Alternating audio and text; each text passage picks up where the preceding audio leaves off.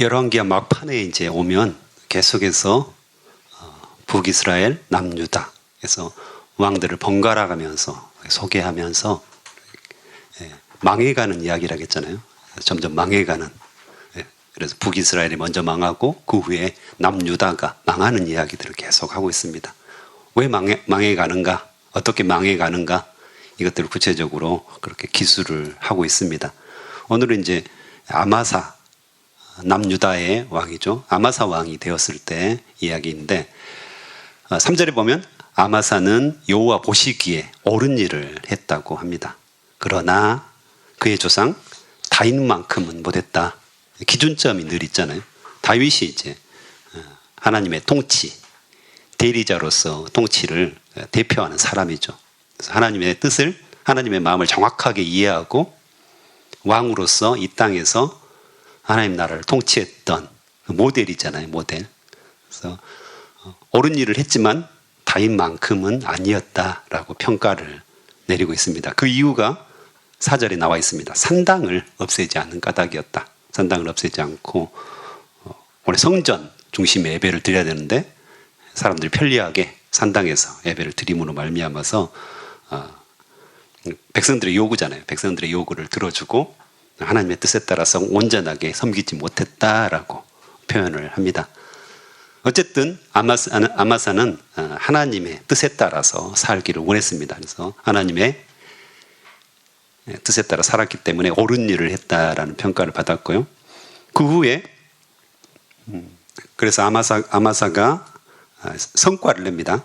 전쟁에서 이기게 되죠. 7절에 보면 아마샤는 소금 골짜기에서 에돔 사람 10,000명을 죽였다고 하고요. 또 성을 점령했다라고 표현을 합니다. 그래서 소금 골짜기라는 것은 지금 사해 밑에 보면 골짜기가 있습니다. 거기를 이제 말하거든요. 그래서 그곳에서 에돔 사람을 10,000명이나 죽였다. 지금 점점 북이스라엘도 그렇고 남유다도 그렇고 국력이 쇠해가고 있습니다.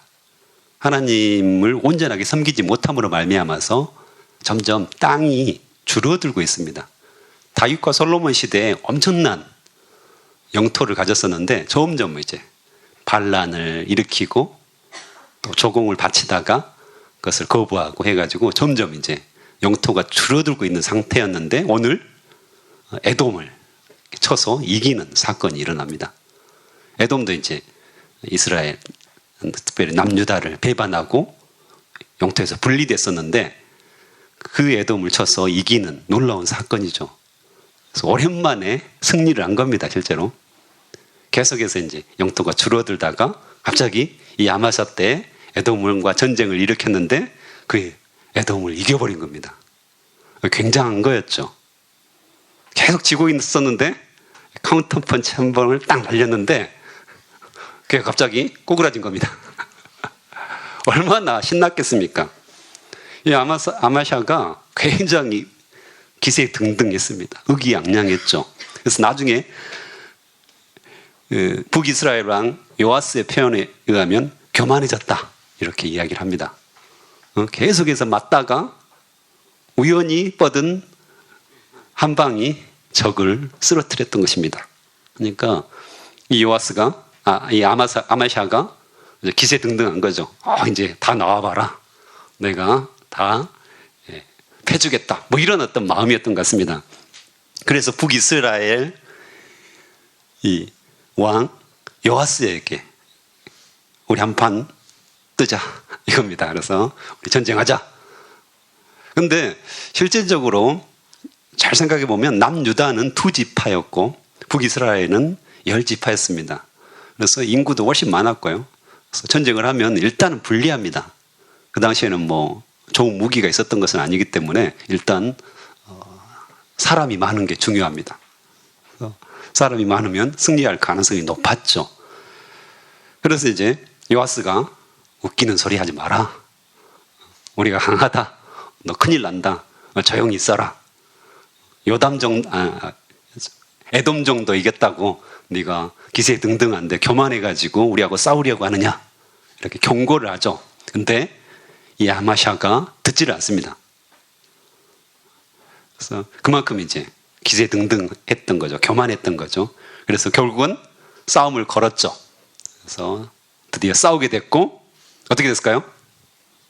네, 12절에 보면 싸운 결과 이스라엘이 유다를 물리쳐 이겼습니다. 아마샤가 진 거죠. 교만해가지고 북이스라엘도 이길 것으로 생각하고 싸웠는데 졌습니다. 질 가능성이 상당히 높은 전쟁이었죠. 기본적으로. 왜냐하면 그 당시 전쟁은 모든 국민들을 동원해가지고 총동원해서 지금 에돔과 싸웠던 것입니다.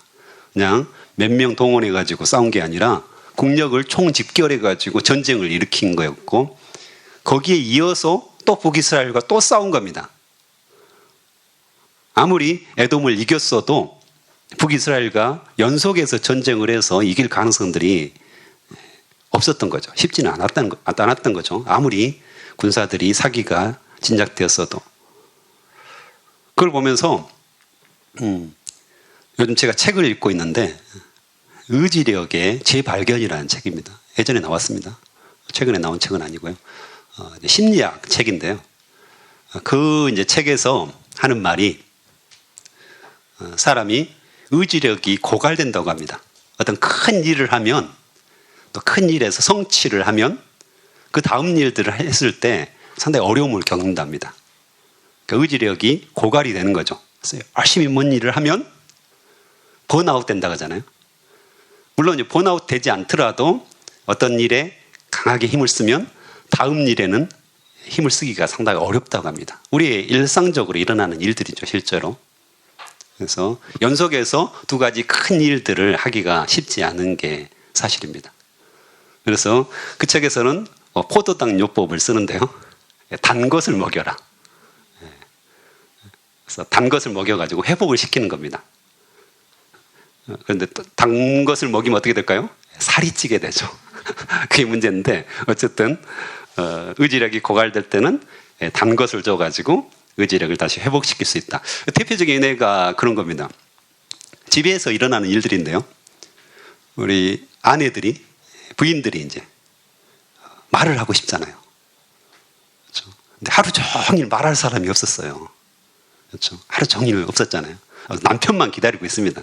그래서 남편이 이제 직장에서 집에 돌아오면 따발총처럼 막 말을 해야지 스트레스가 이제 풀리는 거잖아요. 말을 해야 되는데 하루 동안 누구하고 말할 상대가 없어가지고 꾹 참고 있다가 남편만 들어오기만 해라. 내가 말을 열심히 해가지고 풀어야 되겠다. 그런데 그 남편은 어땠을까요? 직장에서 일하고 온 남편은 어땠을까요? 그게 문제입니다. 의지력이 이미 고갈되어 있습니다. 열심히 일을 했고 스트레스를 받았고 하다 보니까 의지력이 많이 고갈된 상태. 그런데 딱 집에 들어왔는데 아내가 막 뭔가를 이야기합니다. 그럼 어떨까요? 남편이 스트레스 받습니다. 그것도 의지력을 소모하는 일이기 때문에. 그러니까 안 들으려고 하죠. 그래서 화를 팍 내죠. 그래가지고 드디어 싸움이 일어납니다. 이런 경우가 상당히 있습니다. 지혜로운 아내는 어떻게 할까요? 남편이 들어오면 포도당을 줍니다. 먹을 것을 먼저 주는 거죠. 식사를 차려주고 맛있게 차려줘서 열심히 먹이고 난 다음에 열심히 자기가 할 말을 하는 사람이 지혜로운 사람입니다. 그래서 의지력이 이제 고갈되기 때문에 그렇죠. 오늘 아마샤도 그런 것 같습니다. 열심히 에돔과 싸웠기 때문에 의지력이 고갈된 상태에서 판단력이 흐려진 거죠. 누가 봐도 다시 전쟁을 하면 안 되는데 이겼기 때문에 기세등등해가지고 교만해가지고 또 의지력이 이제 고갈된 상태에서 잘못된 판단들을 하고 있는 그런 모습을 보입니다. 근데 이게 이제 우리 일상생활에서 많이 일어난다는 거죠, 실제로.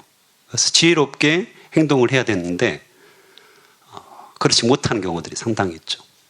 사람들이 뭔가에 몰입해 있고 뭔가를 일을 하면 의지력이 고갈되고 그 후에 여러 가지 다른 일들을 할 수 없다는 사실들. 그래서 이제 중요한 일들은 점심 전에 회의 같은 거 하지 말라고 합니다. 또 한 4시경에는 중요한 일들을 상사에게 말하지 말라고 합니다. 이 에너지가 이제 고갈된, 밥을 먹기 전 이 상태는 굉장히 에너지가 고갈되고 의지력도 고갈되기 때문에 그때는 중요한 일들을 처리하지 말라 이렇게 이야기하거든요. 의미가 있죠. 그래서 우리도 동일하게 이런 우리 사람의 어떤 몸의 변화들, 우리가 어떤 일들을 열심히 했을 때 에너지를 많이 소비하고 의지력이 고갈된다는 사실들을 알면 중요한 일들은 회복된 다음에 할 수 있도록 애를 쓸 수가 있는 거죠. 아마샤에 이어서 두 번째 이야기는 여로보암 2세가 나옵니다. 이 북이스라엘 왕이죠. 이제 북이스라엘로 다시 넘어가가지고요. 22절부터 쭉 나오게 되는데 여로보암 2세 이야기가 나옵니다. 근데 여로보암 2세도 이 아마샤와 마찬가지로 25절에 보면 여로보암 2세는 하맛에서부터 사해까지 이르는 이스라엘의 국경을 다시 찾았습니다 라고 표현합니다. 그래서 솔로몬 이후에 북이스라엘도 최대 영토를 확보하게 됩니다. 그래서 다시 찾은 거죠. 다 잃어버렸다가 다시 찾게 되는 그런 일들이 있는데, 그 여로보암 2세도 다른 북이스라엘 왕들처럼 24절에 보면 그는 여호와께서 보시기에 악한 일을 저질렀습니다. 그는 이스라엘로 하여금 죄를 짓게 한 느밧의 아들 여로보암의 죄를 그대로 따라했습니다 라고 평가를 합니다. 그는 그의 죄에서 돌이키지 않았습니다 라고 표현하는데, 하나님의 뜻에 따라 살지 않았고 우상을 숭배했는데, 그런데 이 여로보암 2세에게 큰 축복이 주어집니다. 솔로몬 이후에 최대 영토를 갖게 되는, 이스라엘 사상 다시 이런 일이 일어나지 않거든요. 그래서 북이스라엘이 부흥하는, 다시 중흥하는 그런 시대를 이끕니다. 근데 그 이유를 뭐라고 하냐면 25절에 보면 그것은 하반절에요. 이스라엘의 하나님 여호와께서 그의 종 요나를 통해서 말씀하신 대로였습니다. 아미떼의 아들인 요나는 가드 헤벨 사람으로 예언자였습니다. 우리 요나서 잘 아시잖아요. 아미떼의 아들 요나. 그 요나가 다시 한번 여기에 표현이 됩니다. 그래서 요나가 어떤 사람인지 자세히는 나와 있지는 않죠. 요나서에는. 근데 오늘 요나가 하나님의 명령을 따라서 순종하지 않고 다시스로 도망했다. 비겁한 요나처럼 느껴지는데 그렇지 않고 예언을 했다는 것을 우리가 알 수가 있습니다. 예언자였고 선지자였다는 것을 알 수가 있는 것입니다. 그래서 26절 보면 여호와께서는 모든 이스라엘 백성이 큰 고통을 당하는 것을 보셨습니다. 이스라엘을 도와줄 사람이 한 명도 남지 않았습니다. 그러나 여호와께서는 이스라엘을 완전히 없애버리겠다고 말씀하신 적이 없습니다. 여호와께서는 요아스의 아들 여로보암 2세를 통해 이스라엘 백성을 구원하셨습니다. 아멘. 어찌 보면 북이스라엘은 계속해서 망해가고 있고 하나님의 뜻을 거부하고 불순종하고 우상을 계속해서 숭배하는, 하나님의 뜻대로 살지 않는 그런 백성들이었습니다. 그럼에도 불구하고 하나님께서는 여로보암 2세를 통해서 이스라엘 백성들을 구원하셨다라고 분명히 표현하고요. 그 다음에 선지자 요나를 통하여서 그 일들을 이루셨다, 말씀하셨다라고 이야기합니다. 계속해서 망해가고 계속해서 우상을 숭배하는, 계속해서 죄를 짓는 북이스라엘 백성들에게 하나님은 끊임없이 선지자들을 보내십니다. 돌아오라, 회개하고 돌아오라. 그럼에도 불구하고 어떻습니까? 이스라엘 백성들은 여전히 죄를 짓습니다. 여전히 하나님을 거부하고 우상을 숭배합니다. 자기의 힘을 믿는 거죠, 계속해서. 그것에 대해서 하나님은 포기하지 않으신다고 말씀을 하시는 거죠. 포기하지 않으신다는 겁니다. 그들이 돌아서도 나는 여전히 그들을 향하여서 긍휼을 베풀고 은혜를 베풀고 또 선지자들을 보내시고 또 말씀 선포하는 자들을 보내셔서 돌아오라 이렇게 말하고 있다고 말씀하십니다. 하나님께서 주권적으로 지금 주관하고 계신다는 거죠. 심지어는 하나님을 거부하는 자들조차도 하나님께서 계속해서 역사하신다고 말합니다. 하물며 여기에 있는 분들이겠습니까? 하나님을 찾기를 원하고 하나님 앞에서 부르짖기를 원하고 하나님의 뜻에 따라서 온전히 순종하기를 원하는 사람들, 훨씬 더 하나님께서 역사하는 힘이 크시겠잖아요. 아멘이십니까? 하나님께서 하나님을 거부하는 자들조차도 철저하게 인도하시고 사랑으로 긍휼히 여기셔서 선지자들을 보내셨다면 정말 하나님을 순종하고 하나님을 따르고자 하고 하나님께 무릎 꿇고자 하고 하나님의 뜻대로 살고자 하는 자들, 그런 자들은 훨씬 더 하나님께서 역사하는 힘이 크리라 저는 확신합니다. 간절히 부르짖는 자들 구원을 베풀지 않겠습니까? 그래서 우리가 하나님께 무릎 꿇고 하나님의 뜻대로 살고자 하고 이것이 얼마나 소중한 일인가. 하나님께서 반드시 우리를 주권적으로 역사하시고 그 기도에 응답하시리라고 저는 확신합니다. 이스라엘이 가장 어두운 시대, 오늘 요나를 통해서 내가 보고 있다. 고통당하는 이스라엘 백성들을 지켜보고 있다. 내가 보니까 한 사람도 하나님을 찾는 사람이 없다. 그래서 한 사람도 이스라엘을 도와줄 사람이 없다. 이것을 내가 보고 있다. 그렇지만 내가 너의 하나님이고 너희는 나의 백성이기 때문에 내가 너희를 구원하겠다. 이렇게 말씀을 하십니다. 오늘날 우리들도 많은 어려움들이 있잖아요.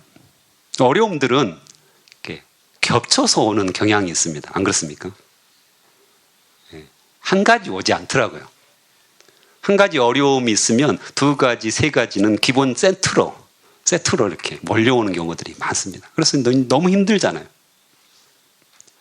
그래서 정말 하나님, 제가 뭘 잘못했길래 이렇게 어려움들이 자꾸 생기니까 이런 불평들을 하게 되고요. 왜 나만 가지고 그러십니까? 이렇게 고백할 때도 상당히 있고요. 그리고 근본적으로 잘 해결되지 않을 것 같은 문제들이 있는 경우들이 있잖아요. 꾸준히 이어지죠. 어떤 문제들은 이렇게 금방 해결되기도 하고 시간이 지나면 사라질 문제들이 있는가 하면 어떤 문제들은 계속 지속되는 거죠. 언제 해결될지 모르는 문제들이 우리 안에 있잖아요. 그때도 하나님께서는 오늘 말씀대로 주관하신다는 겁니다. 주권적으로 역사하신다는 거죠. 여전히 우리를 보신다고 말씀하십니다. 내가 하나님이 안 계신 것처럼 생각될 그 순간에도 하나님은 나를 보시고 나를 돕기 위해서 하나님께서 역사를 하고 계신다는 사실입니다. 그것을 붙드는 게 굉장히 중요하죠. 그렇구나. 하나님께서 일하기 시작했구나. 나에게 어려움이 생겼습니다. 나에게 어떤 고난이 생겼습니다. 그러면 하나님께서 일하고 계시는구나. 내가 혹시 죄악이 없는가 살펴보라고 주님이 말씀하시는구나. 어제 번개가 팍팍 쳤잖아요. 번개 치고 비도 많이 오고 천둥이 치니까 우진이가 저에게 와가지고 제가 하나님께 죄 지은 것이 있는 것 같다고 회개해야 되겠다고 그렇게 하더라고요. 그렇구나. 번개가 치고 천둥이 치면 회개할 일이 있구나. 그렇죠. 사인을 주신 거잖아요. 우진 입장에서는 내가 죄를 지어서 하나님께서 번개를 치시고 천둥을 보내셨다. 아멘이죠. 네. 우리도 사인을 주셔요. 네가 지금 회개해야 되겠구나. 네가 나에게 부르짖어야 될 때이구나. 그 사인을 주신다는 거죠. 다 다르죠. 주시는데 그것을 느끼는 사람은 무릎을 꿇을 것이고 늘 우리에게 사인을 주시는데 그것을 모르는 사람은 그냥 좋다 아니면 난 너무 힘들다 좌절하고 그걸로 이렇게 지나가 버린다는 거죠. 그래서 분명히 여러분들에게 사인을 주셨을 겁니다. 작은 것에 민감한 그런 모습을 가진다면 우리가 충분히 하나님께 무릎 꿇을 수 있고, 하나님께서 당연히 주권적으로 지금 역사하고 계시기 때문에 그 모든 문제들을 하나님께서 주관하실 줄 믿습니다. 그것이 우리의 믿음이고 그것이 우리의 확신이거든요. 그래서 오늘 또 살아계신 하나님, 나에게 말씀하시는 하나님, 정확하게 말씀하셔요. 절대 틀림없이 말씀하십니다. 그것을 붙들고 주님 앞에 나아갔으면 좋겠습니다. 그러면 하나님께서 동일하게 역사하시는 것들을 우리가 발견하게 되고 우리도 하나님을 보게 될 겁니다. 하나님이 보시는데 우리도 보게 되는 놀라운 역사들, 그 놀라운 역사들을 경험하시기를 축원합니다. 함께 기도하시겠습니다.